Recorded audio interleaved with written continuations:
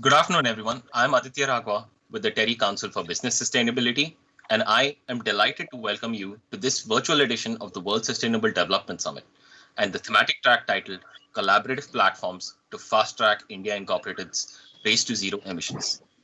This track has been co-conceptualized by the Terry Council for Business Sustainability and the British High Commission. In this session, we will introduce UNFCCC's Race to Zero campaign, the British High Commission's Corporate Green Leadership Alliance, and share a sneak peek into a few of Terry's initiatives and platforms. We also have with us today several prominent thought leaders and industry representatives who will share their thoughts on how collaborations can accelerate businesses on their journey towards net zero emissions. Without any further delay, I now invite Dr. Ashvini Kumar, Senior Director, Renewable Energy at Terry, to deliver the welcome address. Good afternoon, all. It's my privilege to welcome you all on this very important topic. As we all know that right now, globally, everybody is wondering that how fast we can reach to zero carbon. How can we race towards, I would say, the clean energy future by transitioning from fossil fuel to clean energy future. In that, this session, gets the special focus, and this Terry British High Commission-led session will introduce UNFCCC's Race to Zero campaign, which is championed by the UK government. Current COP26 presidency is held by UK, and this looks to foster collaboration amongst non-state actors, including businesses, cities, civil society, organizations, to build momentum for a shift towards a decarbonized economy ahead of COP26. Race to Zero campaign was launched at the World Environment Day 2020. This campaign is led by high-level climate champions for climate action like Nigel Topping, who would also be chairing the session. We are glad that Mr. Nigel Topping shall chair and steer the discussion today with a set of Indian CEOs.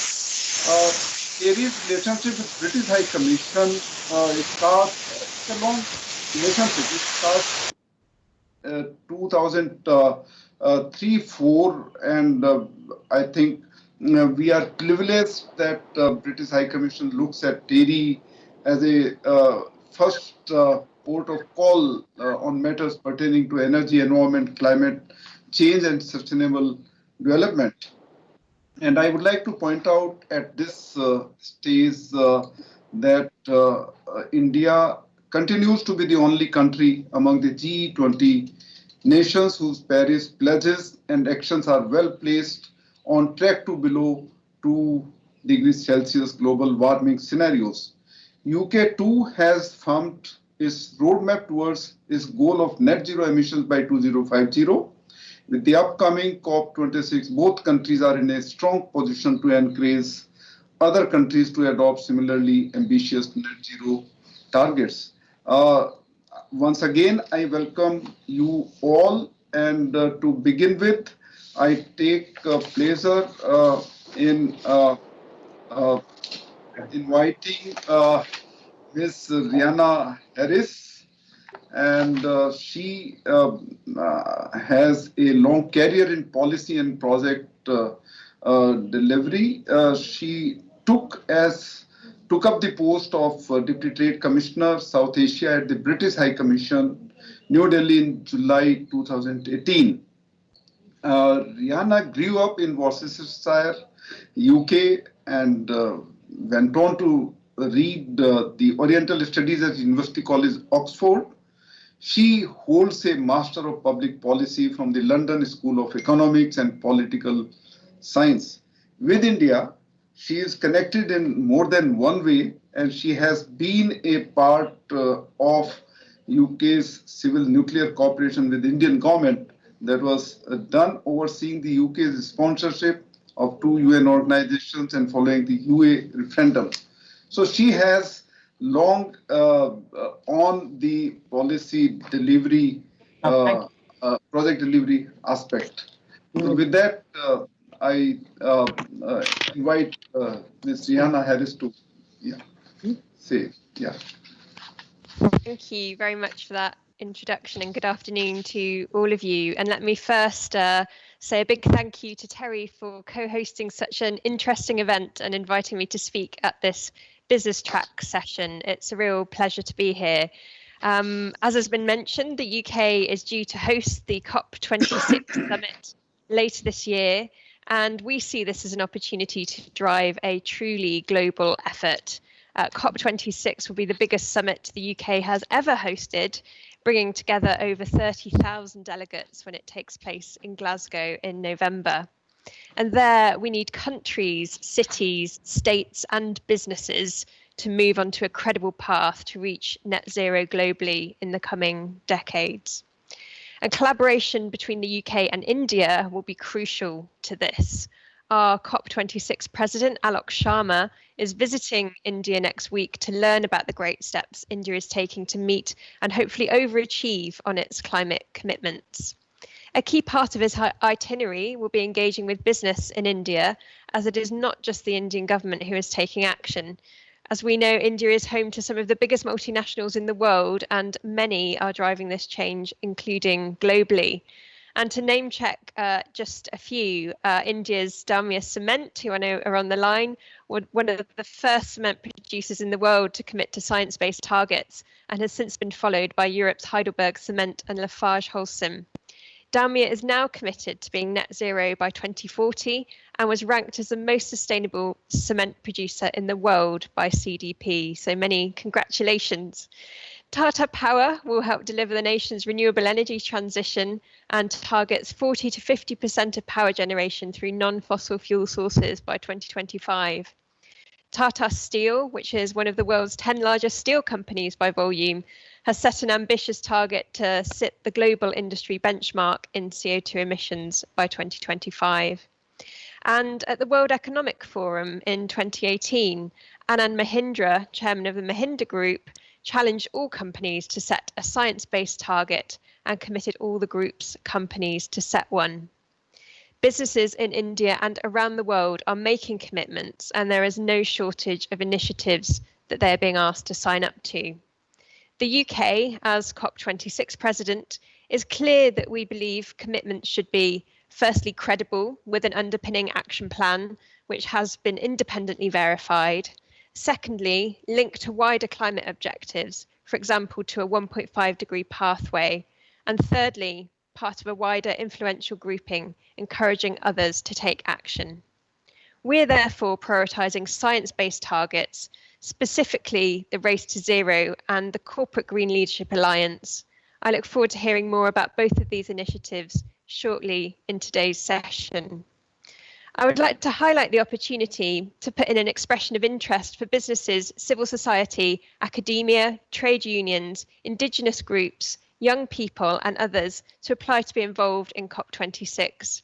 This includes opportunities such as hosting events, creative installations and exhibition space.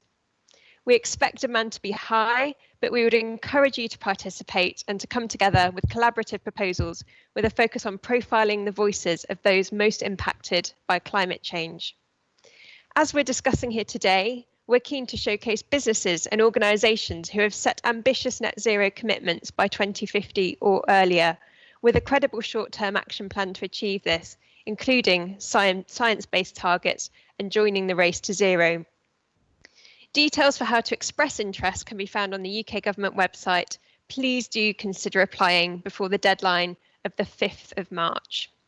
I would like to again thank Terry for this session today, and I look forward to a productive discussion. Thank you very much. Thanks, Rihanna, for true to your reputation of project deliveries. You have set very correctly the, I would say, the frame that the setting up the targets which are with credible and the identifiable the indicators for achieving those targets. And so, and of course, the rest is the all climate agenda that within plus minus 2 degrees centigrade. So that's really good. And I would like to say at this moment that we are proud of all these corporates who are taking these initiatives and inspiring all others to move forward in that direction, because I firmly believe that's the way that we can make success. With that, I now take opportunity to welcome Dr. A.K. Tripathi, who is a friend and colleague. I have the privilege of working with him long ago in the ministry, and he's a veteran, I would say, in the field, having almost 36 years of experience in various capacities. He has held all kind of posts in the ministry. Right now, he's the advisor. He is heading the National Institute of Solar Energy. He has a large number of research publications, books, and I would like to mention that some of the recent initiatives which are credited to Dr. Tripathi includes like helping International Solar Alliance with the MBA program for mid-career professionals. So Dr. Tripathi, we look for your speech to encourage the corporates for coming on the zero carbon emissions path.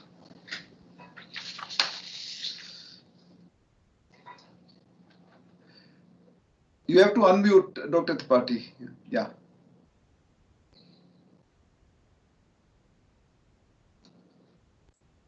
A very good afternoon to all of you. Thank you, Dr. Ashvini, my senior, and you gave me an honor to be my colleague. In fact, I am your colleague. I would like to mention that we have been all working together for development of the green energy in the country. In fact, the race to zero emissions is a really very important area in which every country, every small country or the big country are today working towards reaching the net zero emissions or achieving the near zero emissions because of the pollution spreading all over the world.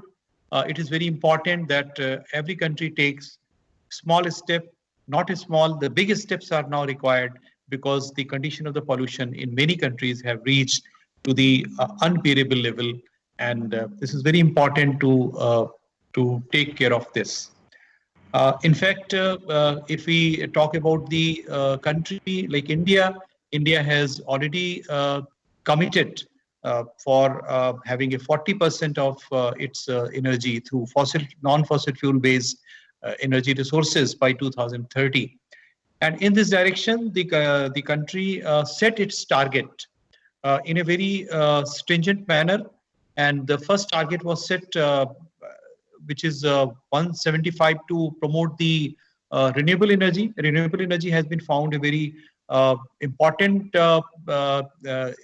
entity to play a role of reducing the greenhouse gases emissions and also providing the clean energy to the farthest point in the country. The country has already set its target, a very clear-cut roadmap, which included to have up to 175 gigawatt of renewable power by 2022. And recently, this has, in commensurate with the 2030 commitment, the Government of India has again reiterated and revisited its target, and they have been set to 450 gigawatt by 2030. So this shows the commitment of the country, and in which the renewables are today up to, as far as the installed capacities are concerned, they have reached to close to 25% of the total installed capacity in the country from the solar, wind, biomass, and so on. So these capacities are now have started providing electricity, a green electricity from the non-fossil fuel-based electricity, and contributing a lot up to 18 to 20% in terms of the units of the electricity which is being used in the country. So this is the kind of commitment, and it has a backward linkages and forward linkages. I would like to mention that there is a good opportunity for all the corporate sectors to contribute in this endeavor of the government and set up as much as the power generation systems, the decentralized systems, off-grid systems, non-fossil fuel-based systems to contribute its commitment to keep its temperature below 2 degrees centigrade and make the pollution-free country in many ways. And what we found is that not only in the field of renewables, in the many part of the world, the changeover from the present fossil fuel based transportation system, especially the passenger vehicles, from diesel or petrol or the gas to the electric vehicles. In fact, this is also a very major step which the whole world is taking and our country is also taking. And I'm sure that this is going to change a scenario, not only from the point of view of financial point of view of saving your foreign exchange, but also contributing a lot to the pollution-free transportation in the country, because the pollution contributes, the transportation, local transportation contributes a lot during the pollution, daytime pollution, nighttime pollution, and so on. So these are the few major steps which the country is taking. And apart from this, now the green electricity and the green power to be generated from various resources, that is also very important. And in this direction, the efforts of not only of our country, but of the whole world needs to be praised. But there is the pace of the installations, pace of the utilization needs to be a little faster, because we all know that although we can't relate the recent pandemic exclusively on the pollution area, but certainly we saw the result of having the lockdowns in many places, that up to what extent the pollution has been reduced. So what it says that in fact, I think this was the first experiment conducted in the whole world, and particularly in the India also.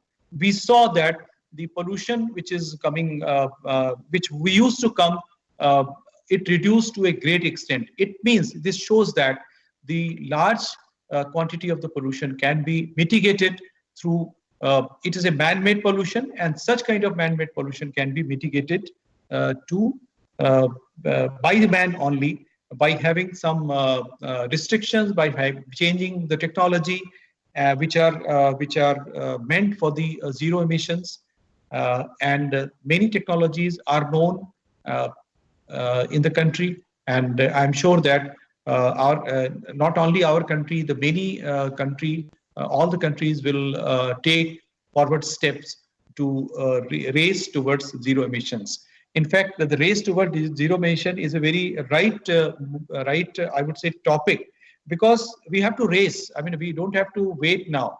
We have to go faster. We have to race, make a race, how to achieve the zero emissions all over the world. With this word, sir, I take your permission to close my views, and I would be very happy to contribute during the whole session. Thank you very much, sir. Thanks a lot, Dr. Tripathi. Always inspiring to carry out, to go for more and more for renewable energy and clean energy. Thank you very much. So maybe I am looking towards the organizers. I think there is... Yes. Yeah. Thank you, Dr. Tripathi. Thank you, Dr. Ashvini. And thank you, Ms. Rhiannon, for sharing and setting the context for the discussions that will be conducted today. Now we move on to the corporate action zone. This section of the session, features insights on platforms that businesses can leverage to identify, enhance, and achieve their climate-related goals. The initiatives that we're showcasing here we hope that they'll give companies in their edge towards the race to zero emissions. To begin with, I now invite Mr. Chirag Gajjar from WRI to share his presentation on the Corporate Green Leadership Alliance. Thank you so much, Aditya. I hope I am audible, and it's a pleasure to be here while I share my screen. Just let me know when you're able to see the screen. Yes, sir. All right, great. Thank you so much. Thank you to the organizer, Terry, British High Commission, for inviting me to speak at this particular session. It's a very important session, specifically for the business climate leadership in India. I'll be introducing the Corporate Green Leadership Alliance, an initiative by British High Commission, which aims at mobilizing Indian industry and enhancing capacities to scale up the climate action within the India. But before that, a very quick introduction about WRI India. We are an independent charity legally registered as India Resources Trust. We envision an equitable and prosperous planet driven by wise management of natural resources. We aspire to create a world where the actions of government, businesses, and communities combine to eliminate poverty and sustain natural environment for all people. Now, very quickly, let's take a look at the evolution of the alliance. Over the course of 2019 and early parts of 2020, there were a number of players who were involved in scoping out the Corporate Green Leadership Alliance. It was an activity that was led by PwC and supported by FICCI, UK, IPC as activity partners, including CDP as well. Over the course of the year, the consortium led by PwC consulted a number of stakeholders in India, including more than 70 organizations and more than 100 individual stakeholder experts, to come up with the concept of the Corporate Green Leadership Alliance. And towards the end of 2019, the alliance was launched in November 2019 as part of the corporate movement leading up to the COP26. But as we all know, that 2020 was marked by the pandemic, and we got a bit delayed in terms of kicking off the alliance. We are hopeful that we are able to start the alliance very soon, and will be able to reach out to more corporate partners in joining hands to race to the zero. As part of the scoping study, there were three intervention areas that were identified for the alliance, and the intervention areas of the alliance are the outcomes of the detailed gaps and needs assessment carried out under the scoping activity. These have been categorized into three domains, along with expected outcomes and outputs over the next couple of years of implementation period. The scoping study also identified several partners of the alliance, WRI India being the secretariat for the alliance, along with other alliance partners including AEEE, CDP, IMSME of India, the Climate Group, WWF, WVCSD, and of course TERI as well. Very quickly, the alliance, any alliance would require a vision to function, and this is what we have set the vision for ourselves. CGLA is a multi-stakeholder, multi-year initiative aimed at advancing the goals of scaling up climate action and enhancing the capacities. It is a partnership to facilitate implementation and learning. The alliance is guided by the collective vision of scaling up climate action by promoting voluntary uptake of low carbon solutions by businesses in India while mobilizing the socio-economic benefits. It is a collective understanding of critical barriers to corporate climate leadership that hinder the uptake of renewable energy, energy efficiency, and electric vehicles by business sectors that will be the focus of the corporate alliance as part of the thematic areas. A mission alignment approach to work together will help us shift the enabling environment along with working with various businesses within the India. The alliance basically aims to provide a space of network, a space for network of partners, institutions, and their respective initiatives, along with business sectors and stakeholders, through strategies that are aimed at implementing focused actions to achieve the alliance vision. This includes creation of knowledge, co-creation of knowledge, building capacity, doing data analytics, and coming up with specific sectoral deep dive reports or sectoral action reports, and several campaigns as part throughout the year to achieve the vision of the alliance over the next couple of years. The alliance, as I mentioned, will also carry out specific activities of co-creating the knowledge and evidence base that will lead to the successful implementation of the vision of the alliance. This is a brief into the specific activities that we would be focusing on as part of the next couple of years. As I mentioned earlier, there are primarily three thematic areas, namely renewable energy, energy efficiency, electric vehicles. Beyond this, we are also looking at race to zero, science-based target, some of the other areas which are categorized as the other intervention areas. The table provides sneak peek into the activities planned under the Alliance over the next couple of years. Activities under each thematic area is contributing to one of the following categories of ambition, implementation, knowledge, and other areas. We also aim to drive awareness, outreach, and policy advocacy through a Business Climate Change Forum, that we through which we hope to engage with national ministry and various other national stakeholders as well. We also aim to showcase India Incorporation's climate leadership at the international forum through participation in policy forums, publications, leading up to the COP or at the COP, and assisting several other international institutions as well.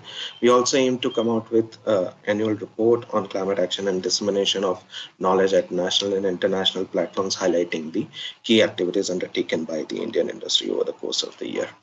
With this, I'd like to thank and hand it over to the organizers. Thank you. Thank you, Chirag, for sharing about the Corporate Green Leadership Alliance. Next up, I will be just sharing my screen.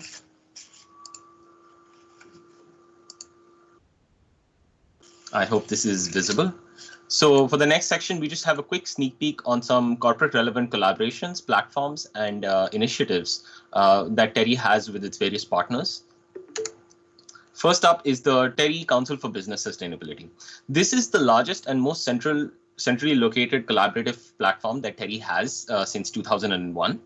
The TERI Council for Business Sustainability serves as an avenue for, to connect TERI's research work to corporate world and policymakers. We are especially proud that we have a CEO-led executive committee that helps us stay relevant and keeps us motivated.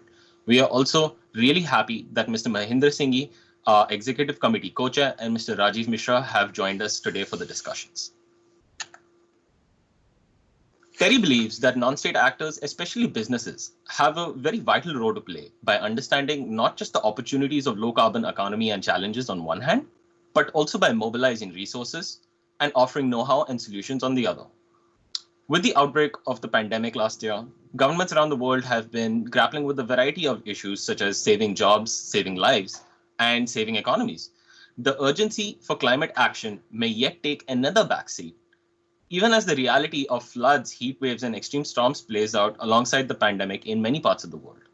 The good news is, though, there are a few voices that are recognizing the opportunity arising from the current crisis to build more resilient economies, better prepared than ever for a carbon neutral world by 2050.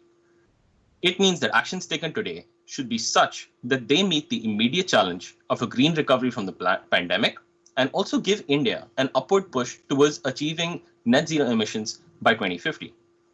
I'm happy to share that backed by the TERI CBS Executive Committee co-chairs, the Indian business leaders have supported TERI's key initiatives towards a 1.5 degree ambition, setting the course towards a recovery from the pandemic towards a carbon neutral world.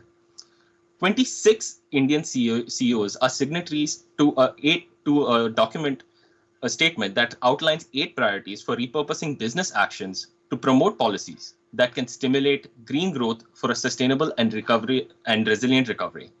20 CEOs and counting are also signatories towards a TERI industry charter for near zero ambition by 2050. These initiatives are supported by our partnership with the We Mean Business Coalition. Through our partnership with the We Mean Business Coalition, we aim to strengthen localized advocacy for accelerating corporate action in India.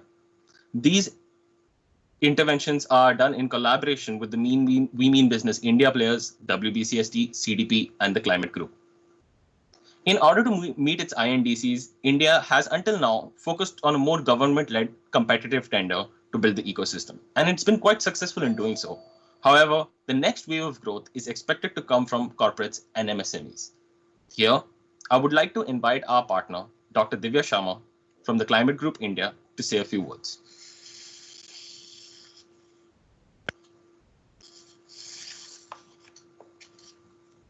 Very quickly. So Climate Group is, as you said, we are an international NGO. We work with forward-looking businesses and state governments to accelerate climate action.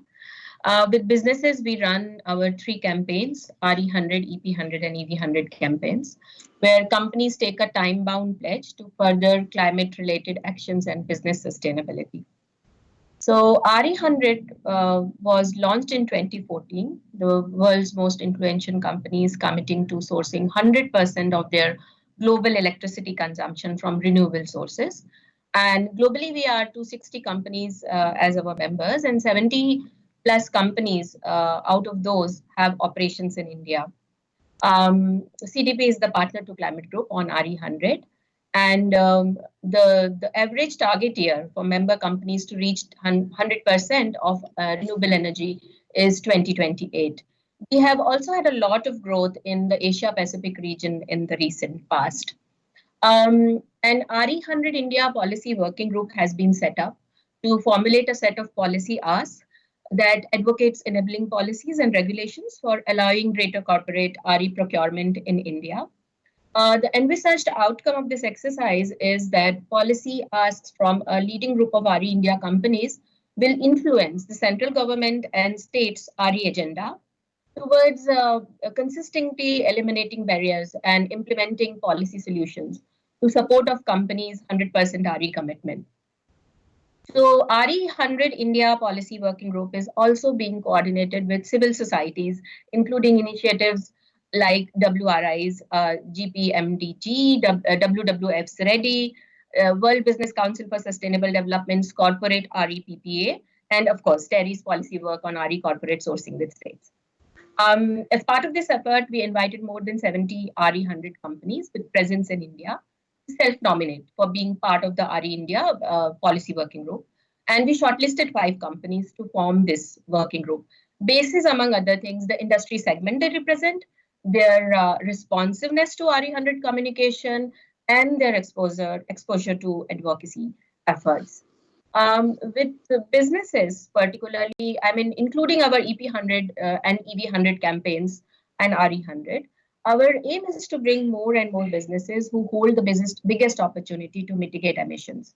And under the fold of our ambitious commitment programs to drive change in markets as well as policy. And my members are increasing demand, they are influencing policy and driving mass rollout, helping to make these transitions rapidly affordable and technological viable as well. And in our experiences, businesses that come forward, join us, the key drivers that we've seen have been around financial savings that they make, reduction of GHG emission, of course, and also reputational benefits. These are all global platforms, and there's a lot of reputational benefit coming out of it. As Climate Group, we value civil society collaborations and acknowledge the role that coalitions like the Corporate Green Leadership Alliance can play in galvanizing the industry ambition action and also to catalyze impact. And we are a proud partner of the British High Commission supported CGLA, something that Chirag just spoke about.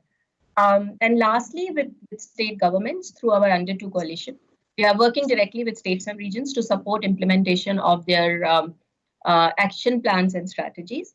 The Under 2 coalition is a group of around 220 global states and regions, aims to showcase climate actions at state and regional levels in line with the Paris Agreement. So I would like to end my intervention here, and thank you very much for having me here. Thank you, Dr. Divya. Next up, while Dr. Divya talked about the state level policy engagements at the enterprise level, I would like to introduce the Praman system to you. The Praman Index is a decision support tool that enables business organizations to engage in constructive conversations with both internal and external stakeholders. Its 2 computational parameters, RE progress headway and RE transition readiness, and its 6 sub-parameters comprehensively illustrate the operational, regulatory, reputational, market, and financial risks. At this point, I would like to invite Dr. Ashvini Kumar for his brief intervention on the Praman.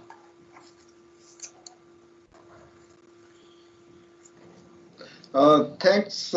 In fact, we are aware that what is being done under RE100, the industries are coming forward to commit that they would like to get to 100% of RE. There are 2 points that as a kind of like encouraging industry to come forward, you need a tool which can measure their, I would say, the progress.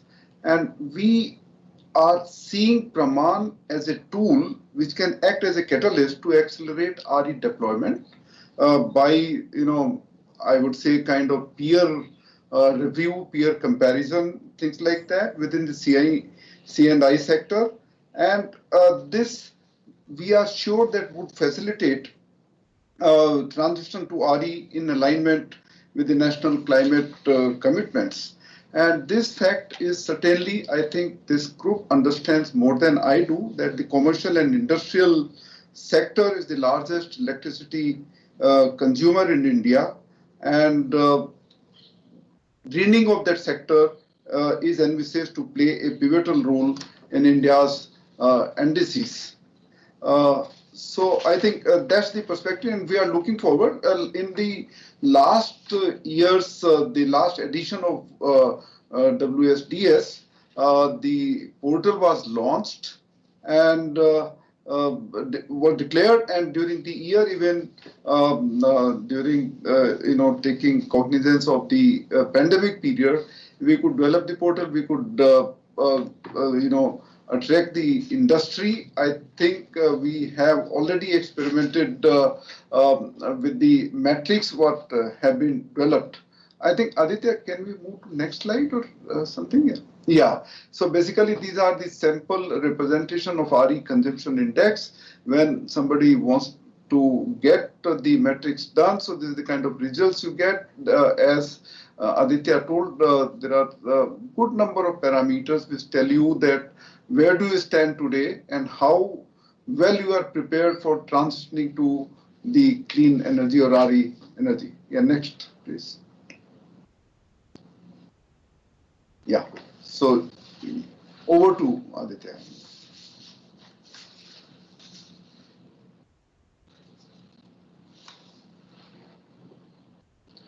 Aditya, you have to unmute.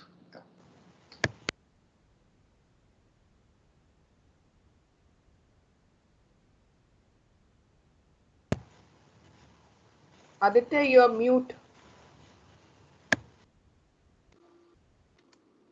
Apologies for that. Engaging with the supply chain remains a key, to replicate actions and create large-scale impacts. At this time, I'd like to invite our partner, Rhino, from the Seed Hub, through a video message, will explain how, they support enterprises in the supply chain. If you could please play the Seed video.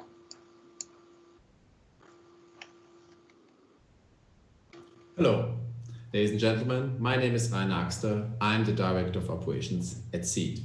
At Seed, we engage with eco-inclusive enterprises, as we call them. Eco-inclusive enterprises are enterprises which are not focused on doing less harm. They're actually focused on creating a positive impact in the area of climate, in the area of the environment. In the climate area, they are reducing greenhouse gas emissions, and they are producing and offering services to adapt to climate change. In this context, we have been working for 15 years with these enterprises. Actually, so far we have worked with thousands, hundreds of those in the Indian context. All these enterprises have a very positive effect on mitigation of greenhouse gas emissions and adaptation to climate change. I'm here today to show you how you can engage, how the private sector in India can further engage with such enterprises. These enterprises need financial and they need non-financial support in order to grow. On the financial support side, you can set up systems like an award scheme. I think award schemes is something very familiar, hence there's a selection and the winning enterprises get an award as a grant. You can also set up systems where there is a more structured way of selecting more enterprises which all receive grants.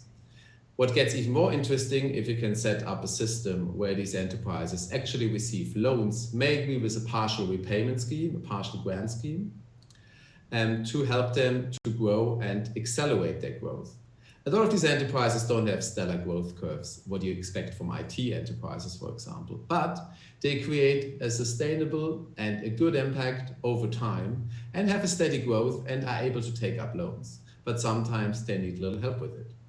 On the other hand, and that's maybe even more interesting, there is the option to provide non-financial support to these enterprises. This can happen with setups like we have it of offering professional business development services to these enterprises, in making these enterprises more resilient, in helping them grow, in getting in order their financials, in helping them with their marketing. And I'm sure all of your enterprises also have all these departments. So what's the other option there is that you engage your employees indirectly helping these enterprises. And that's moving beyond what you sometimes see as CSR activities, because your employees actually can work in the field of their expertise with enterprises, creating a sustainable impact, helping to reduce greenhouse gas emissions, helping to adapt to climate change. What we see there is, or what we have set up, is a system called the Green Enterprise Finance Accelerator, which is a system which is now working, for example, in one project with more than 400 enterprises directly, helping them with financial support, helping them with non-financial support. And it's scalable. So if you even want more enterprises to be supported, it can happen. We think it's a great opportunity and would very much like to engage with you in the Indian context to help these enterprises succeed, to make them further and creating a positive impact. If you want to engage with us, please direct your requests towards my colleague Mana Monolimat or to our partner in India, Seed India, which is hosted by Terry, to Manini Balakrishnan, or myself, I'm Rainer Axter. Thanks for listening to me. Thank you, Rainer, for sharing that video message with us. While interventions to create sustainable opportunities, they provide another additional opportunity to implement circular economy principles. So here at this point, I would like to invite my colleague, Dr. Shilpi Kapoor from TERI, to speak a few words. Yeah. Thank you, Aditya, and a very warm welcome to everybody. So what I'm going to present in 2 slides is a recent work which we at TERI have completed, where we have tried to come up with a roadmap for circular economy for plastics in India. This roadmap looks basically at the entire value chain, identifying key opportunities and potential from both demand and supply side for plastics to foster circularity. It aims to decouple plastic production from virgin fossil feedstock, incentivizing plastic recycling, reuse, reducing mismanaged plastics, reducing damage by plastic litter, and also decreasing unnecessary plastic consumption, recognizing the fact that we cannot do away with consumption of plastics, but we can certainly decrease or reduce the unnecessary consumption.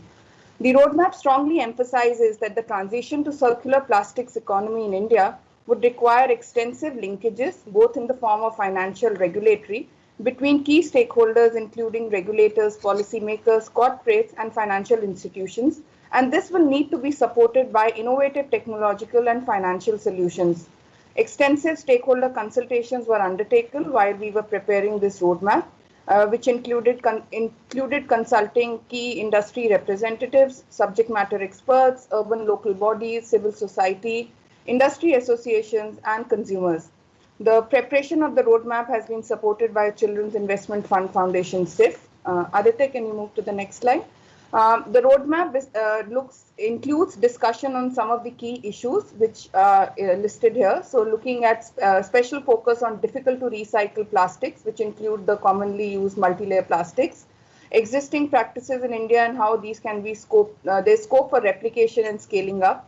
It emphasizes also on the need for improved rural plastic waste management, considering the penetration of plastic into the rural economy in India. It talks about strengthening and expanding different kinds of policy instruments, which include economic and regulatory, fostering effective implementation of extended producer responsibility now with the guidelines out.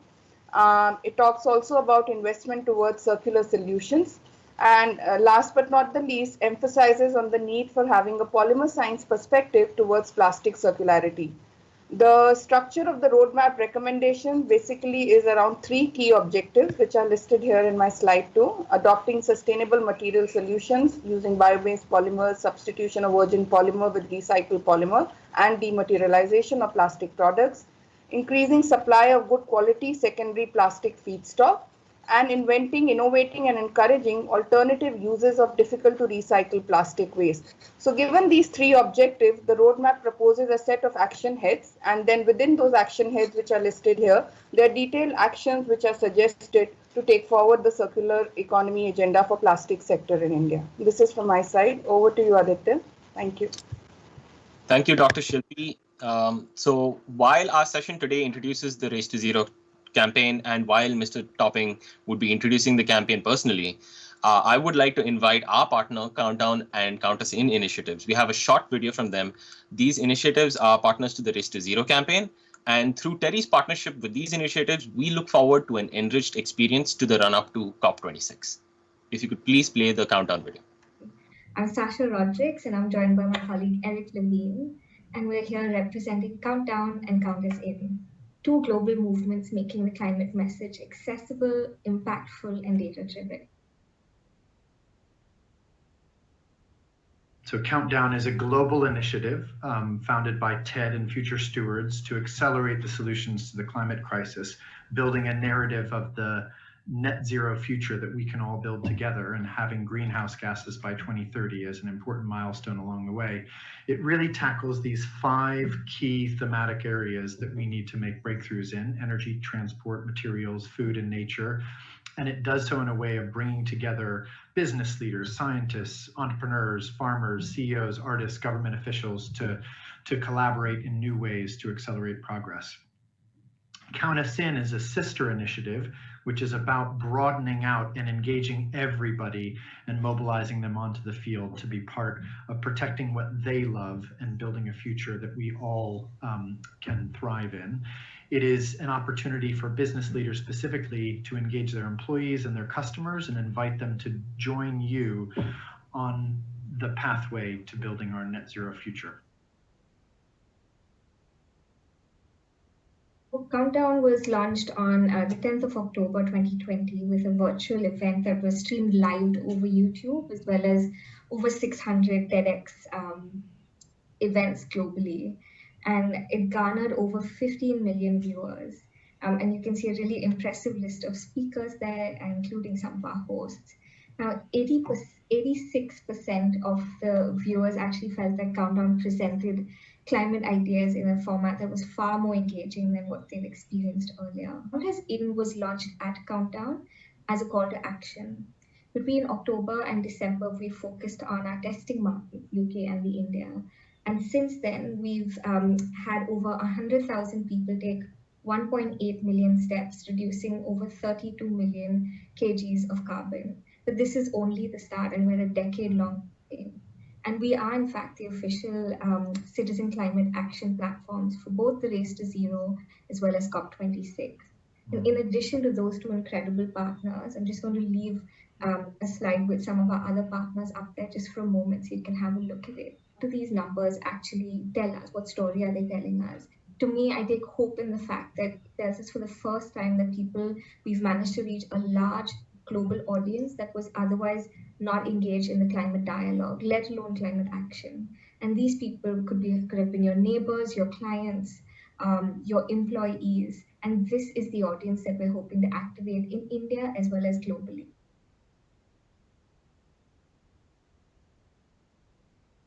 But 2021, as we know, is an essential year in a decisive decade. So Countdown, like Sasha was talking about last October, will have an even bigger global summit that will happen in October of 2021.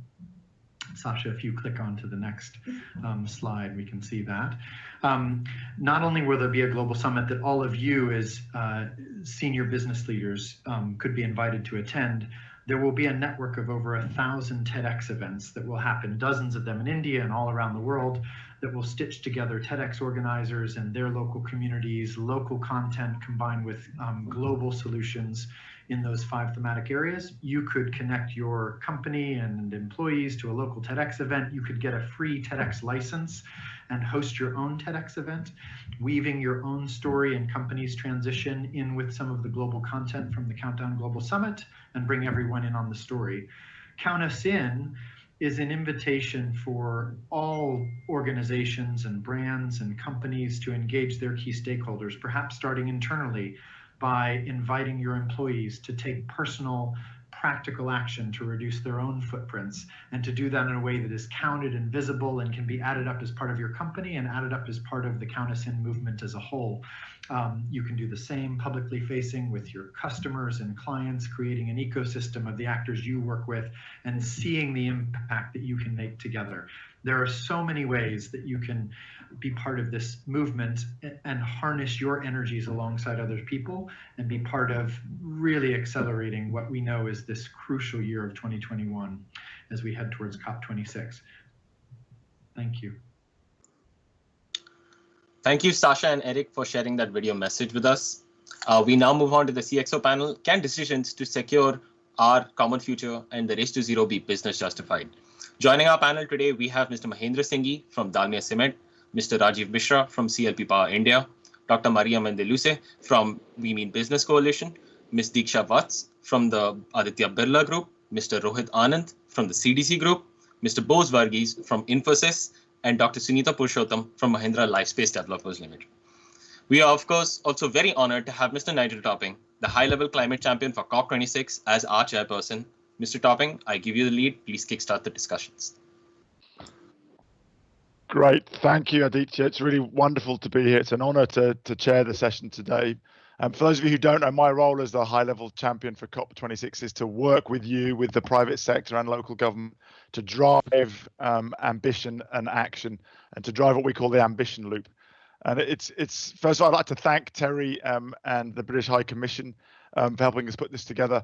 I think Terry is really a good example of the global importance of Indian expertise in tackling this huge challenge. I personally have learned a lot from my work with and friendship with Dr. Ajay Mathur in his role as one of the chairs of the Global Energy Transition Commission, which I think has been really led the way and has led to the Mission Possible platform, which I know We Mean Business is now a part of, to really show that we know how to get to zero in every hard to abate sector, these heavy industry sectors. And so I'd like to think that, as Mr. Tripathi says, this is a race. Of course, it's a race because we have to tackle the climate crisis. It's a race because we have to stop the 8 million premature deaths because of air pollution every year. But it's also a competitive race. And I think that if we know that it's possible to get to zero by 2050, then the leaders will always get there earlier. So, for example, I'm looking forward to hearing from my friend Mr. Singhi. If the rest of the world's cement companies are going to get to zero by 2050, Dalmia is going to get there 10 years earlier. I was speaking to Bose Varghese, who's speaking later a few weeks ago, who told me that at Infosys, they believe that unreasonable goals is what drives innovation. And I think this is a particularly exciting time for India, because in some ways India has been a leader in the race to zero, particularly through the country's work on renewable energy. But I think there's still progress to be made. Most of the regional competitors are now committing to net zero 2050. Of course, you don't have a government-wide target yet. My personal dream is that the belief in the power of Indian business and Indian engineers to innovate faster than everybody else would lead to a country commitment, maybe to net zero 2047, a propitious year. So I mentioned the ambition loop earlier. This is the idea that what you do in private sector, your leadership makes it easier for governments to make big policy and regulatory decisions. And that's national governments, but also, as Divya from the Climate Group was talking about, regional governments, state governments. And that, of course, in turn makes it easier for you to accelerate investment. So we're going to have a really packed agenda today. I'm going to try and keep everybody to time. And we're going to hear from 7 great leaders in the business space, and then we're going to wrap up with some reflections from some civil society organizations. So let's start by turning immediately to Mr. Mahendra Singhi, the MD and CEO of Dalmia Cement. Mahendra, good morning from me, good afternoon for you. Tell me, you put your head above the parapet and committed to this very ambitious target of becoming carbon negative by 2040, way before your international competitors, so real leadership. Tell us a bit about what made you decide to do that, and give us some ideas of your plans for getting there. Sure. So thanks, Mr. Nigel, our motivator, our supporter for all the time. We learned a lot from you when you guided us in We Mean Business, and still guiding us. Thanks to Terry and British High Commission for giving this an opportunity. Namaskar and happy afternoon to all. You know, as the threat of climate change is real, the impacts are also real, and so are the opportunities and challenges associated with it. In our experience, we found reducing carbon footprints brings efficiency, prosperity, pride, and happiness. It also provides a large purpose to the business, which is the fundamental responsibility of a responsible global corporate citizen and a citizen also. So at Dalmia Cement, we accelerated our actions on energy efficiency, green fuel use, green power use, circular economy principles such as use of more secondary materials in cement manufacturing, etc. from 2013 itself. Then we further added more levers such as renewable energy, deployment through solar power, deployment through waste heat recovery based power generation from 2016. And then we committed also ourselves to RE100 and EP100. And you know, friends, we became the first company globally to commit to both the initiatives together. And the purpose of whole this exercise was that we wanted to prove to ourselves our business philosophy of clean and green is profitable and sustainable. As actions and projects we undertook reduced our operational cost, improved productivity, improved profitability, and on the top of it, it made us one of the lowest carbon footprint cement company globally. As a co-benefit, they also reduced our environmental impacts and carbon footprints, leading to a rating by CDP in 2018 as the #1 cement company globally in cement sector. Filled with pride and zeal to do more on climate protection, we decided to explore and work towards complete elimination of carbon footprint of cement, as well how to further reduce others' carbon footprints. And I would say the whole purpose was that to show to ourselves that what more can be done and to give message to our own people as well as to the globe that taking actions on climate change, taking actions on sustainability doesn't mean extra cost, but it means extra pride, it means extra benefits, and in top of it, future proofing the whole future generation. And thereafter, we also took full cognizance of new technological developments such as efficient renewable electricity, green hydrogen, sustainable use of biomass, which also includes planting energy plants and then using it as a replacement of fossil fuel. And on top of it, how to experiment in cement sector, carbon capture and utilization. This understanding of the whole scenario gave us confidence that we can think of not only net zero, which was also not talked about in 2018, but to take a target of carbon negative by 2040. I would say. So, Mr. Singh, I'm going to just ask you just to stop there to get everyone in. I think really lovely example of your leadership driving innovation, but also you're talking about really what we're hearing more and more about now, the idea of a regenerative economy. So you're not just getting to zero, but going beyond it. Thank you. Great example. Let me move on to Mr. Rajiv Ranjan Mishra from CLP now. Mr. Mishra, power generation obviously at the heart of the challenge of getting to the zero carbon economy. Tell us a bit about the key pillars of your India climate vision, and in particular, give us some insights into where the sector's headed right now, to address some of the bottlenecks as we emerge from COVID-19, hopefully later this year. Thanks very much indeed, Nigel. I'm both humbled and nervous about participating in this. Humbled because of people like Mr. Singhi. I think if cement companies, the classic case of the hardest to abate sector, can make targets such as those, then for companies in the power sector, it is definitely possible. and nervous because you've given us 3 minutes, which is really cruel to an Indian. I'll certainly not be able to get to the India versus England cricket series, which is just as well, given how well your boys unexpectedly played in the first test. That having been said, I think we have all talked about and through Energy Transition Commission and various other fora and bodies. Everyone has almost talked about. We all made a point to the government: let the recovery, post-COVID recovery, be a green recovery. I think in the power sector, to be honest, we are we are lucky. The economics, the tremendous fall in the price of renewable energy, it has sort of made it, in a sense, so much easier. There are still challenges, mind you, but it has made so much easier that for more than one reason, sheer economics, for people who want to build a business in the future, how your customers and counterparts would look at, and quite frankly, risk management. I mean, we announced that we will not invest in coal-based power plants a few years back. Which in a country like India was at that time sort of kind of unusual. But quite frankly, do you really want to invest in an asset which is unfinanceable? And if you build it, then it is illiquid. You will never be able to sell it. I mean, you will be penalized by your customers. You will be penalized by the stock market. So it's quite frankly a no-brainer. I think terrible though it has been, this crisis has given us a tremendous opportunity to sort of really take advantage of the technological changes that have come.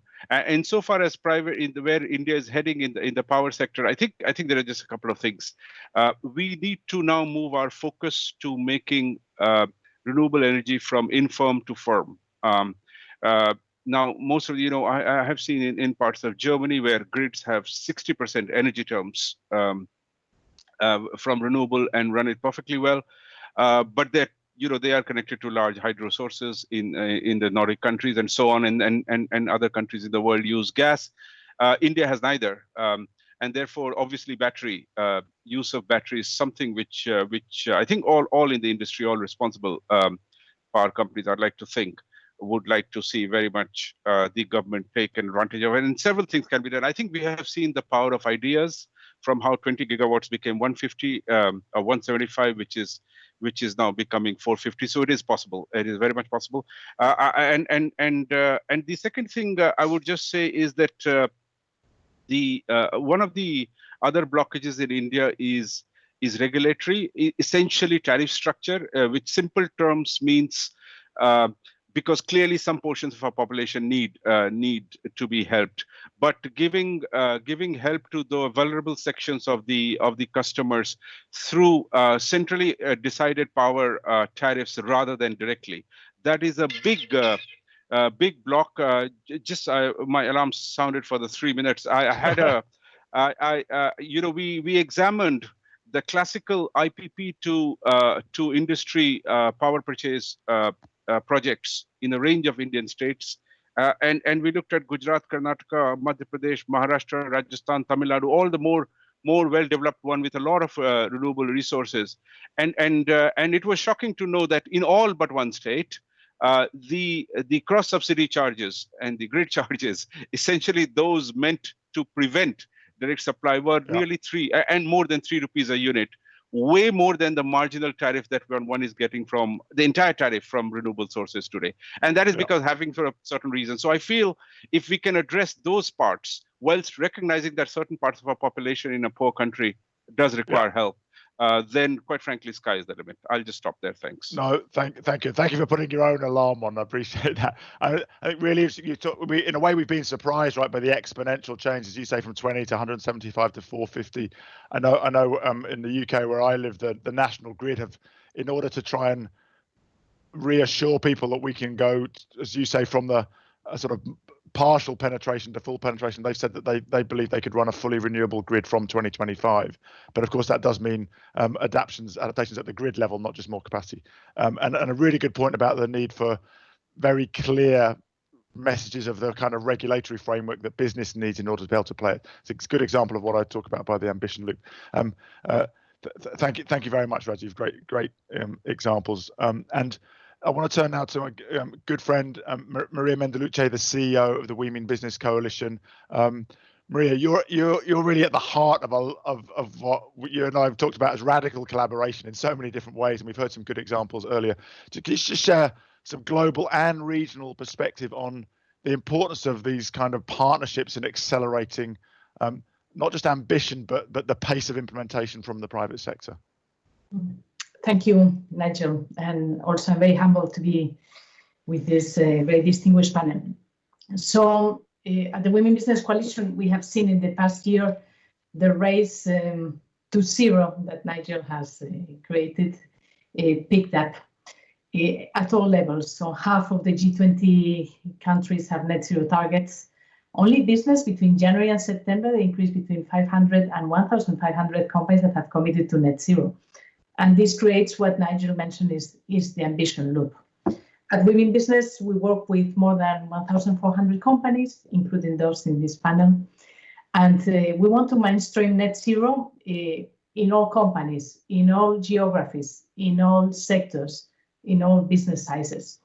And for that, as Nigel said, partnerships are fundamental because we don't have time for the market to develop these solutions. We need to come together through sectoral partnership to do so. There are two that I would like to mention. The one on Mission Possible Partnership, which I'm very, very proud because we just launched this at Davos, and it's a collaboration with ETC, Rocky Mountain Institute, and the World Economic Forum and the Women Business Coalition to address the hard-to-abate sectors, the 7 sectors, because unfortunately not all the cement companies, the steel companies are so advanced as Dalmia is, and have the vision that Mr. Singhi has.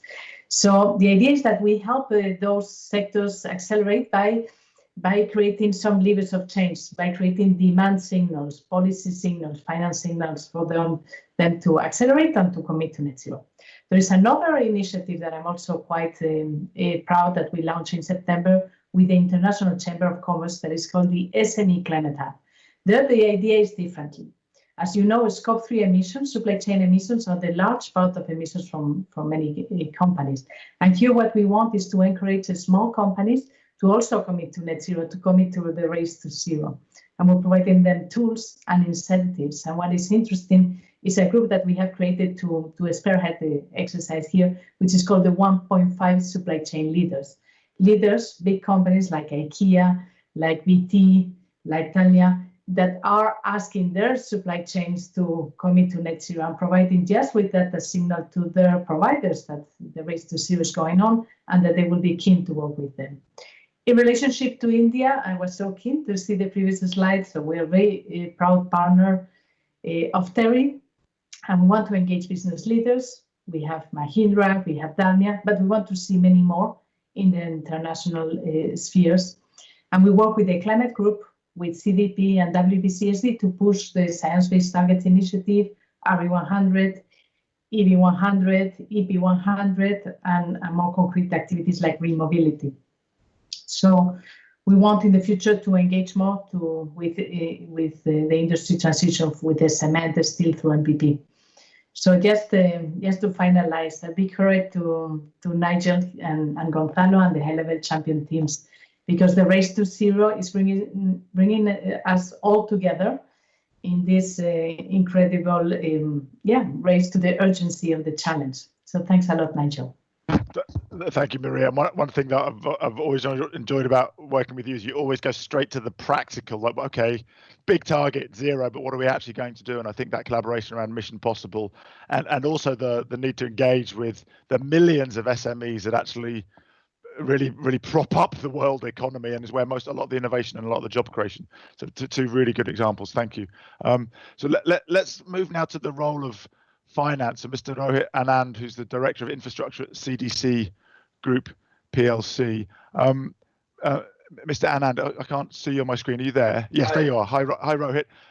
So I've been struck recently. I've just been doing some research on just how much capital we need to deploy in emerging and developing markets. And the World Bank put out a report recently which said there's about 80 billion of public money being deployed, but we need $4 trillion a year to be deployed. So that's nearly all going to come from private sectors. I'm really keen to hear some of your perspectives as a DFI on what your plans are for supporting the accelerated and socially just transition to the zero carbon economy in India?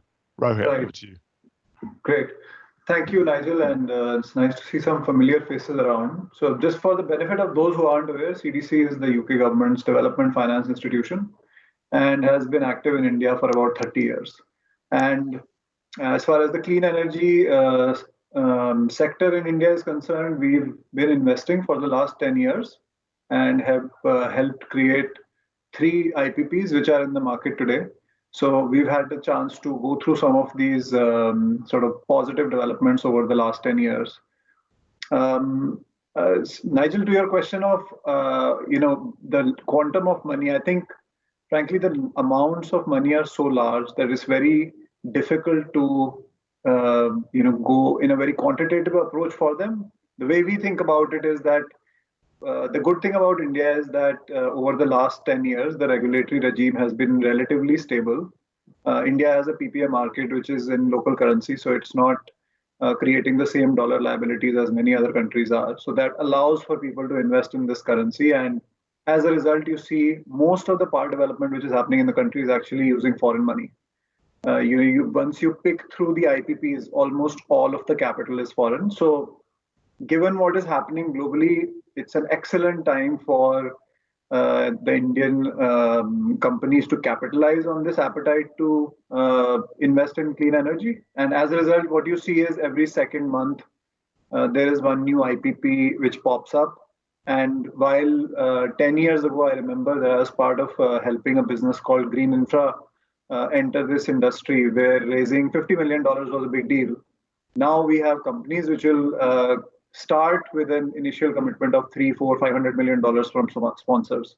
So what I would say is that to meet these targets, the things which have been going in the right direction need to continue doing so, which means regulations need to remain stable. And some negative kind of murmurs keep happening, and maybe they will always do so, but no disasters should happen. And as long as that doesn't happen, there is enough money today in the world which will come to the right sort of companies. Our role as a DFI is, there are 2 roles that we play. One is that those who are already drinking the Kool-Aid, so those who have already committed to build businesses, there we provide capital. And we provide capital in the form of debt, equity, mezzanine, because that's our role in the world. And second is where we think that there isn't enough momentum. There we will create enterprises which eventually can attract enough private capital. So about 4 years ago, in the second theme, we had set up an IPP after investing in some others earlier, where we felt that we couldn't find ways of deploying capital.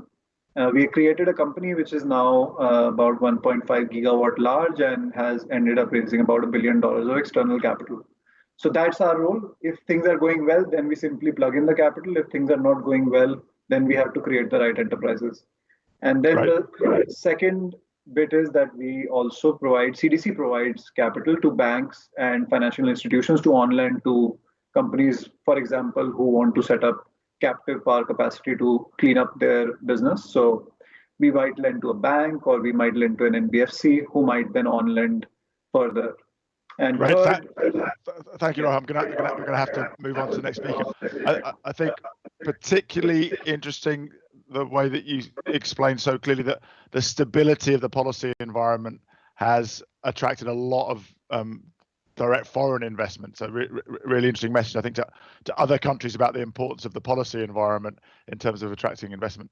Thank you. I want to turn now to Ms Diksha Vats, who's the Chief Sustainability Officer at Aditya Birla. Diksha, you've taken a really pioneering initiatives on climate action sustainability. Tell us a little bit about maybe the top 2 initiatives, including your 2-degree compatible sustainability framework, and your focus on biodiversity and nature-based solutions. Thank you for having me here. It's a pleasure to be here. Thank you to Terry for inviting me. And I think I'm going to build on what a lot's already been said in the panel and what we heard earlier. I would build on saying that if we have to kind of talk about a corporate's ability to sustain in times to come, it would be largely on these 2 things: that how are we working on our response to climate mitigation and climate adaptation, because especially with the presence in many locations where climate change has now reached that point where we need to kind of look at how are we going to adapt to those changes in the weather patterns, etc., that we can see. And therefore, climate change and loss of biodiversity are the two major trends which kind of subsume everything that we do, especially in the area of environment, if I was to look at ESG. And that's how we've kind of come up with our sustainability model and the actions that we are doing on those. For example, water as a trend can be understood by the way of, what we are doing, the water risk mitigation on the response to climate change adaptation. And similarly, why we worry about things like waste management would come in because of the biodiversity loss. We don't want so much of land going away.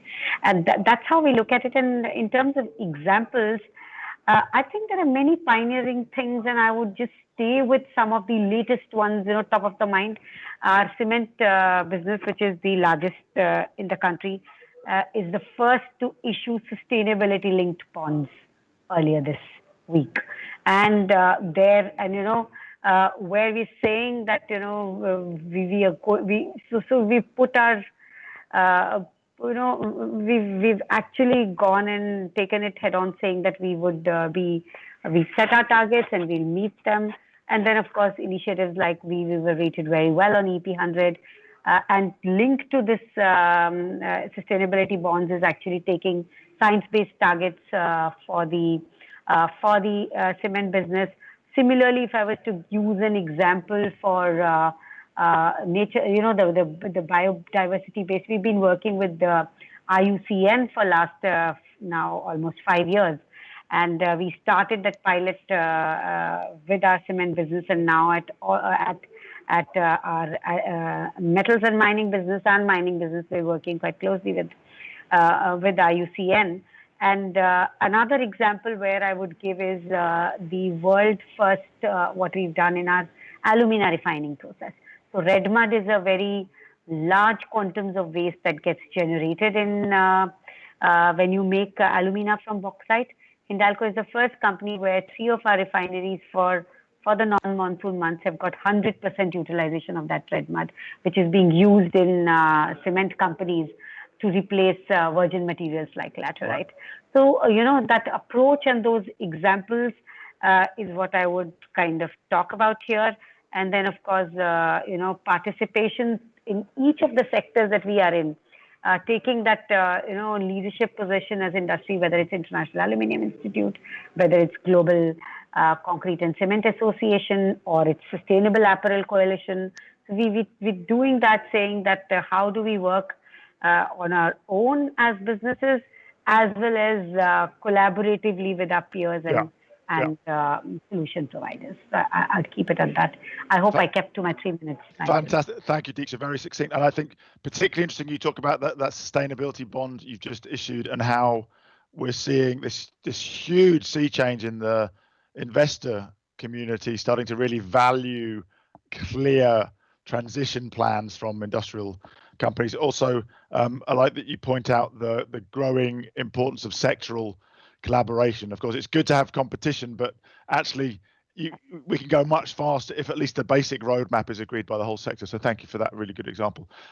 Let's turn now to Infosys. Boza Varghese, who's the head of Green Initiatives. Boza, good to see you. See you, Nigel. I've stolen your line about unreasonable goals being what drives innovation, which I think is a great line for companies who believe in their engineers. Tell us a little bit about your net zero plans, and in particular, how you've been overcoming some of the state policy challenges. So I think we talk about this nexus between business and regulation, and making sure that that ambition loop is helping us go faster. Sure. Thank you, Nigel. Good afternoon, everyone. Good morning, Nigel and Maria. Let me start off saying, I think, I don't know how many of you on this panel know this. Infosys is already carbon neutral, and we are carbon neutral as of financial year 2020. And that is a whole 30 years ahead of the timelines that today governments and corporations are talking about. And, so talking about unreasonable goals, and this goal was taken in 2011, almost a decade ago. And, 2020, we delivered it. And renewable energy was a key part. I mean, I don't think anyone can really set a goal to be carbon neutral or net zero without renewable energy playing a key role. And we were the first signatory to RE100 in India, and we wanted to get there, the 100% really quickly. So we looked at what we could do. We figured in some states we could procure green power. That is the easiest option. We went for that, and we also augmented it with our own investment. So as of last year, we have 60 megawatts of our own solar power plants, and we are procuring green power through PPAs. And together, last year, 44.3% of our energy came from renewable sources. But the interesting part is we have been at this level, 45, 46, 48% for the last 3 years. And we are sort of stuck here because the way ahead, we have these large consuming centers spread across the country, many states. And in some states, it's relatively easier to procure green power. In some states, it's literally impossible. Same thing with even when you are willing to put down your own money in your own captive power plants, the policy framework is not conducive in many places. So we are sort of held back by this whole policy landscape. And we haven't really cracked that situation, Nigel. We are working at it. We are today talking about platforms. We are working with RE100, CDP, WRI. There is a consortium. I am part of the working group. We are formulating a proposal to be submitted to the Prime Minister's office, the Power Ministry, and the Renewable Energy Ministry. And there are some 3 key propositions in that. One, here the legacy is that the power distribution companies, they don't want to let go of their income, the cash flow, by letting companies like Infosys and Dalmia to go off the grid. So our first proposition is, the ESCOMs, the distribution companies themselves offer us renewable energy. Maybe starting with a very small marginal incremental tariff, but, slashing that off to normal in maybe a few years. First option. Second option, there are many corporations willing to put their money in captive power plants, but there are a lot of restrictions. That's a huge capacity that can contribute to India's RE vision. Open that up. The third is obviously IPPs. IPPs have a huge role. Independent power producers, the renewable energy companies. For them, there should be an avenue open to sell directly to end consumers like us. So the policy landscape should be opened up for that. If we can do these 2-3 things, it can just simply take off. We, as a company, Infosys, simply waiting for the policy landscape to open up, just to go from where we are, 44, 45% to 100%. Thank you. That's all I have to say. Thank you. Really clear 3 policy requests. It reminds me of a very similar dialogue that I know We Mean Business partner series has worked on a lot in the States, where at a state level, the argument that businesses are committed to 100% renewables, and unless they can procure 100% renewables, it's going to make it harder for them to attract investment. Makes it a direct kind of economic growth, job creation argument. It's not a green argument. So I think really great to hear that so many Indian businesses are coming together with partners around those policy asks. I'm going to turn last but absolutely not least to Mahindra Life Space Developers Limited, Dr. Sunita Purushottam, who's the head of sustainability. And Sunita, I still, one of my highlights of the last few years was working with your chair, Anand Mahindra, when in Davos he announced his commitment to the whole group setting science-based targets and called on industry leaders around the world to do that. And I think it was another really great moment of Indian business leadership, and it did catalyze a huge uptick in companies committing to science-based targets. And I know that you're the first real estate company to sign up. So tell us a little bit about how you've been progressing, and in particular, how you think about the fact that half of India real estate in 2030 is yet to be built. I mean, you're on this incredible growth curve. What are going to be the real key enablers to getting to net zero construction? So thanks, Nigel, and very happy to be here, and thank Terry for the opportunity. Yes, we are the only company in the real estate sector to have a science-based target, and the challenge that Anand Mahindra had given is called as the Mahindra Challenge, actually. And not only just 20 of our companies signed up for the SBTi, but also the challenge was that he had already committed to achieving carbon neutrality by 2040, and it had to be through the SBTi route. So not easy. So the first thing, and being the only one in the real estate sector, I think we inspire other players to take it up. And we would want to continue having conversations with others in this sector, because it is required for the country, it is required for the world to take this path. So the progress, I would like to talk a little bit about the progress. And so in 2018, the commitment was made, and that was the year that it was a clarion call. But in 2019, we were able to complete our inventorization. So it is for the first time getting deep diving into the scope 3 and realizing that a large part of our emissions are scope 3 emissions. That is the product that we are building. And in the residential, so we actually have 3 targets. So let me just explain why we have 3 SBTi commitments. So one is for our world city, Jaipur, which is actually a C40 city, which is a climate positive development. It's a C40 CPDP project, climate positive developmental project.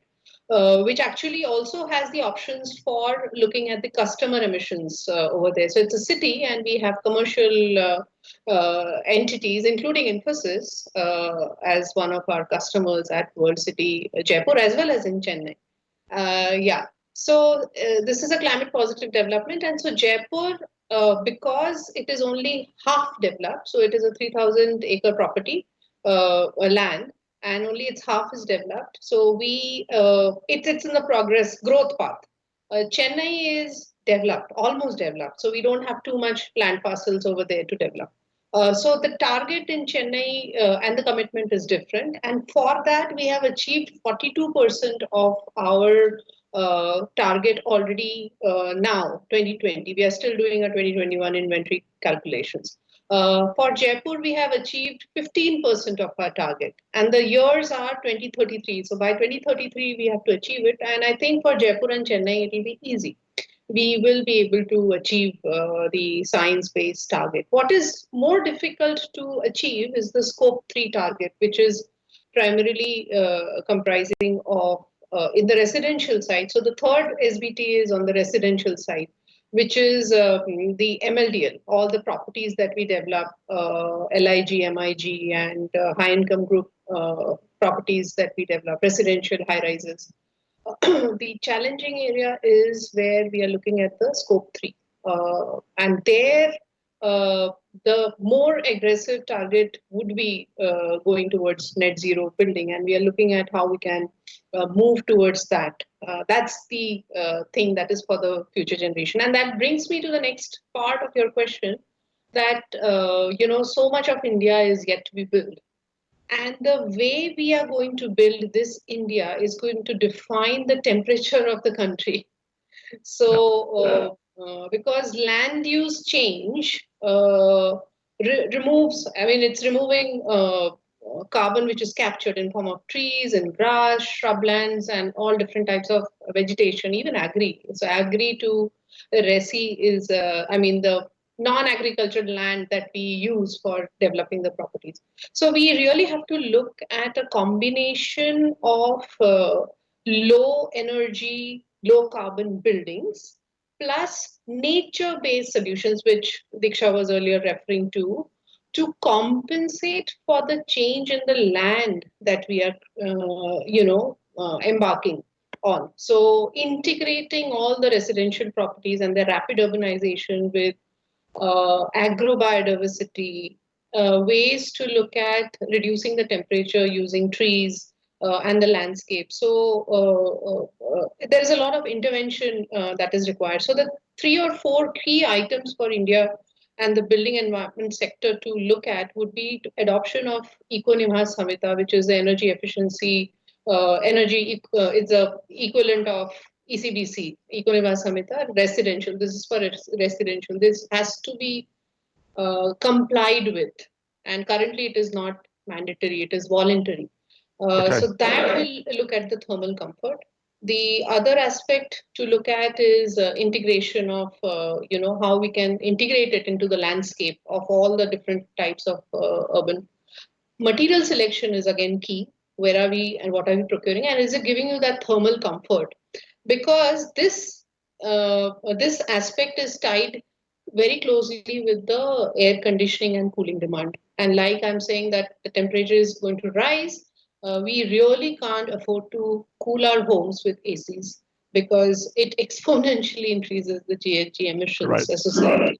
Wonderful, thank you, thank you, Sunita, and clearly the ability to get low or zero carbon cement and steel is going to be crucial for you. Just I think you really illustrate how much this requires a whole systems transformation. No one can do this on their own. Thank you so much. Now we're up against time, but we're now going to turn to our civil society organization representatives, and I'm going to ask each of them very succinctly, because I'm committed to finishing on time, to respond and tell us very quickly what your experience is of platforms, collaborations to drive faster change. So I'm going to start by turning to my old friend Damandeep Singh, who's a director at CDP India. Daman, over to you. And I'm going to please keep it less than 2 minutes. I'm going to cut everybody off quickly so we land on time. You're on mute, Daman.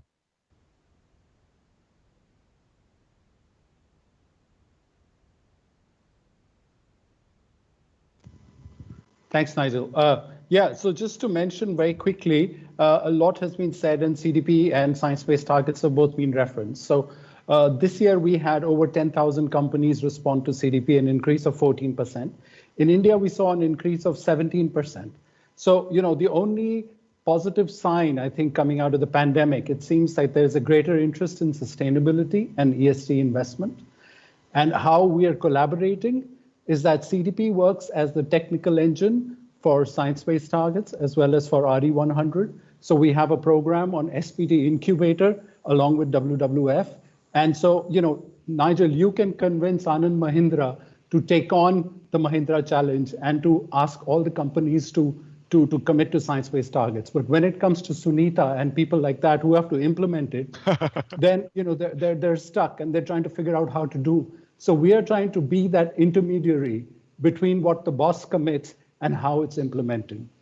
And we worked, and we're happy to report that from the Aditya Birla Group, Diksha's group, Ultratech Cement has had their first science-based targets targets approved with the help of CDP incubator along with WWF. So, our role and purpose is to be the technical engine to provide success stories as well as share benchmarking and experience and stories so that it can encourage companies and, beyond the high-level meetings between Nigel and Mr. Mahindra and Mr. Singhi, how others implement it. That's the role of CDP. Great, thank you, Daman. And that's always been the case, right? That the boss sets the big, hairy, audacious goal, and then the rest of the organisation has to run around trying to figure out how to do it. So, thank you. Quickly moving on, I know that Satish Kumar can't join us, but I'm going to turn to Dr. Bhaskar Natarajan from AEEE, Alliance on Energy Efficient Economy. Dr. Natarajan, over to you. Thank you so much. The Alliance for an Energy Efficient Economy, the vision of transitioning to a climate resilient and energy secure future directs us to engage with a diverse set of stakeholders.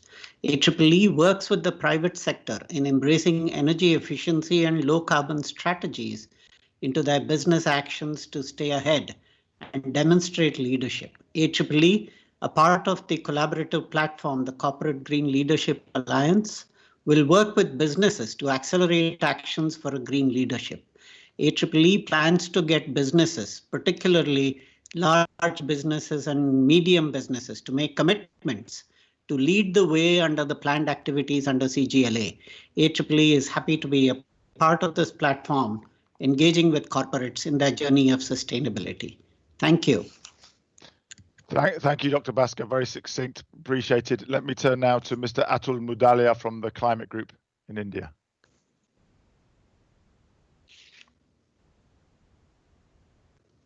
Great. Thank you, Nigel. Thanks, Terry, and congratulate him on the 20th edition of the WSTS. It's a pleasure to be a part of this conversation. A lot has been actually said by Divya, who actually opened the conversation on the session on partnerships, and she's already explained, our campaigns. Clearly, a few quick points there. These campaigns that we run at the Climate Group, be it RE100, EP100, EV100, all of them have kind of hit the 100+ mark today. And I think one point that I wanted to kind of call it out clearly, that all of this wouldn't have been possible without partnerships in India as well as globally. And at the heart of what our campaigns have been doing in terms of ratcheting up ambition from businesses, partnerships have been really key to it. A majority of the work that we do in India across the hundreds is in association with the Women Business Coalition and is productively delivered in partnership with CDP and WBCSD here in India. As we all know, a lot of Indian businesses today are aware about climate, acknowledge the risk of that it possesses to business as usual, and have been factoring ESG into their business metrics. Clearly, the growing and underlying sentiment is that sustainability and profitability are seen as something that go hand in hand and are clearly not antithetical properties to businesses. This groundswell which we witnessed today is clearly a collective impact of several initiatives that are running in India and are being led by several civil society organizations. A lot of them are on the panel today. Clearly, with this climate decade, it is just the beginning. Much more needs to be done. It is crucial in this climate decade because the spotlight is on India. The opportunity lies in India. We see platforms such as the Corporate Green Leadership Alliance as something that is timely in the sense of stitching several corporate initiatives together for higher impact. Also to an end where the group such as this stands as a greater than the sum of the individual initiatives. Just quickly changing gears and last Atul, thank you so much. I think your last point there, that by coming together, these initiatives can have more impact than just the individuals, is a really important one. Thank you. Let me turn now to Mr. Chirag Gajjar from the World Resources Institute. Chirag, over to you. Thank you so much, Nigel. Very briefly and very quickly, I think we've already heard from most of the businesses on the panel. They're championing a lot of things within their own, own in-house, within their own, organizations. We need these champions to work across their peers and across their supply chains, and this is where the Corporate Green Leadership Alliance comes into the picture. We want to make sure that we are able to provide that space for these corporates to engage with each other, their supply chain and the MSMEs, so that we are able to achieve the vision of the Alliance. Thank you so much, Nigel. Thank you, Chirag. Much appreciated. And now to our co-host Terry, Mr. Arupendra Nath Mullik. Arupendra, over to you.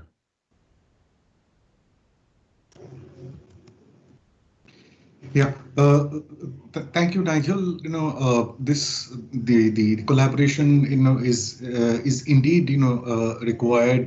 Two of the areas that we believe that, the collaboration, with businesses and civil society would make a difference.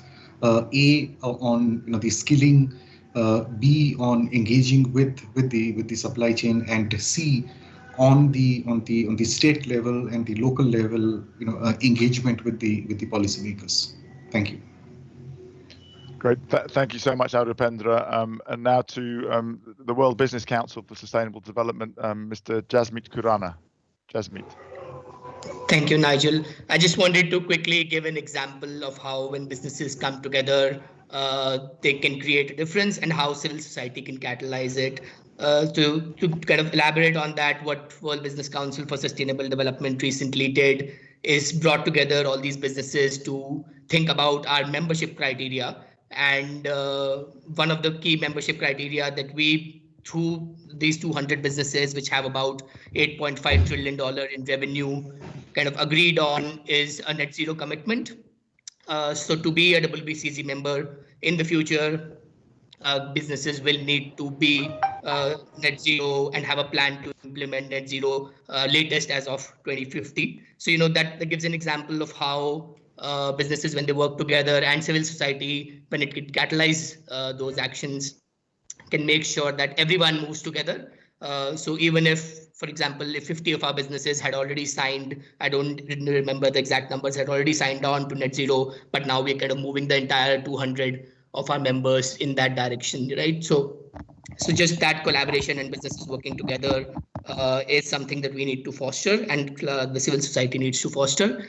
Also, just for India, I think India really seeks value in everything. So renewable energy is successful in India because it delivers value to businesses. Similarly, we work on electric mobility and water as kind of key topics in India. And as you know, without India, most of the global kind of sustainability goals cannot be met.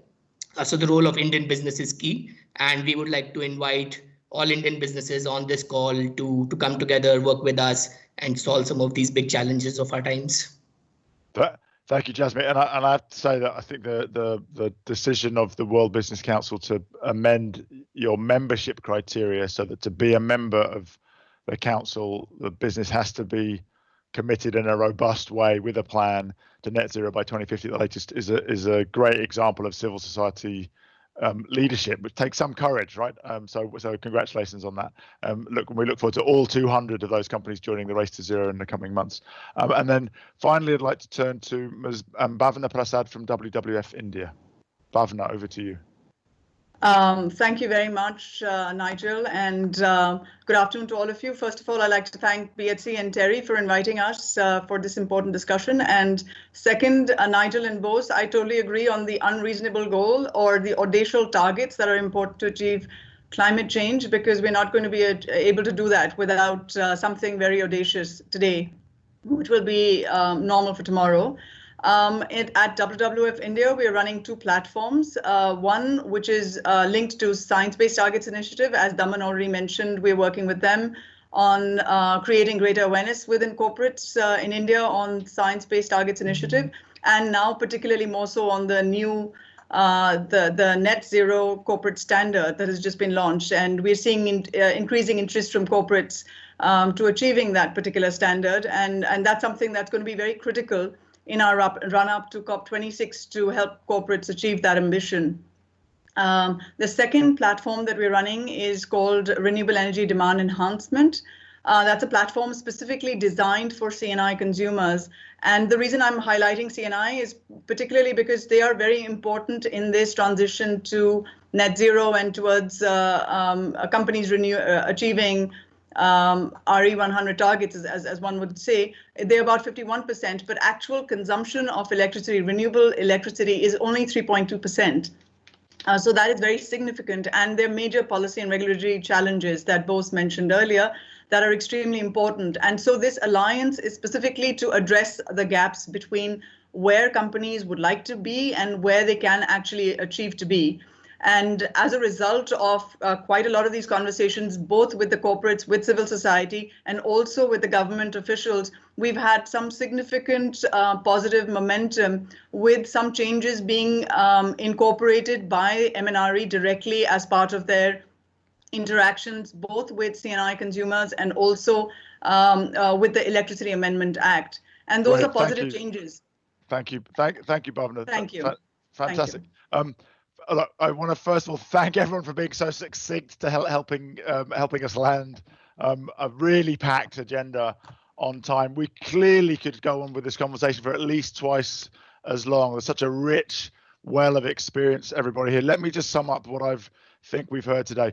First is that bold goals drive innovation, and that we can back our engineers to innovate towards what some people think are unachievable goals if we have the faith in our own, in ourselves and in our staff.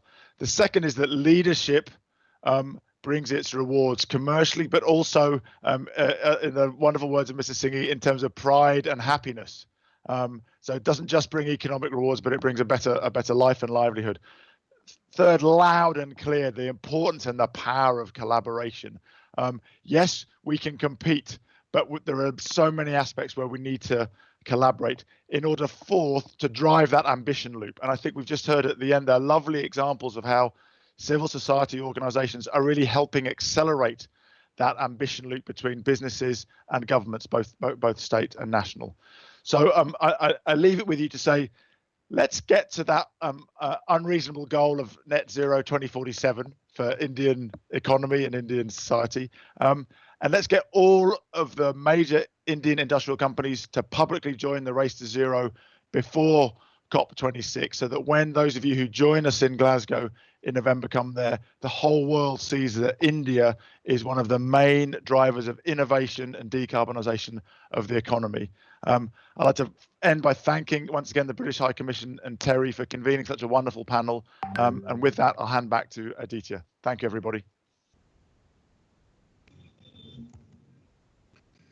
Thank you, Nigel. We've come to an enriching and power-packed session on collaborative platforms. Every year, as part of the summit, we bring to you industry leaders, new developments, and contemporary issues on sustainability, on climate, and its relevance for Indian businesses. Today was no different. We're glad that the CXO panel of the summit today brought out perspectives and ideas on how collaborative platforms can fast-track India's race to zero emissions. I'm glad that several colleagues today from the Indian industry and partners attended the session. On the screen, you would see the resource center of our summit website. You can access the documents, reports, information of the collaborative platforms that were earlier presented to you, including the roadmap on circular economy for plastics in India that was launched today. I'd like to thank our council's co-chair, Mr. Singhi, and member Mr. Rajiv Mishra to continue to push us to innovate and remain relevant to bring out transformative impacts. Thank you, Nigel, so much, and all us colleagues and speakers from the CXO panel. Thank you, Dr. Tripathi. We do look forward to work with NICE in the near future as part of the our collaborative platforms. Last, I would also like to thank all the colleagues who have put in efforts to put together today's session. Of course, Aditya, Taruna, Pankaj, Shrija from the TEDI team, Daniel, Bradley, Paulumi, and Daljit from the British High Commission team. And of course, another set of colleagues who are working at the back end to manage the IT infrastructure, social media, and other communication means to enable all of us connect virtually today. Thank you all for being with us today, and hope we will continue to work with you together. Before we part ways, on your screen you will see details of our upcoming engagements from Terry. Thank you for your presence today. We hope you enjoyed the session like ourselves hosting you, and we intend to bring to you similar engaging sessions. I'm signing off and look forward to your participation in our upcoming engagements. Thank you, bye-bye, and good day.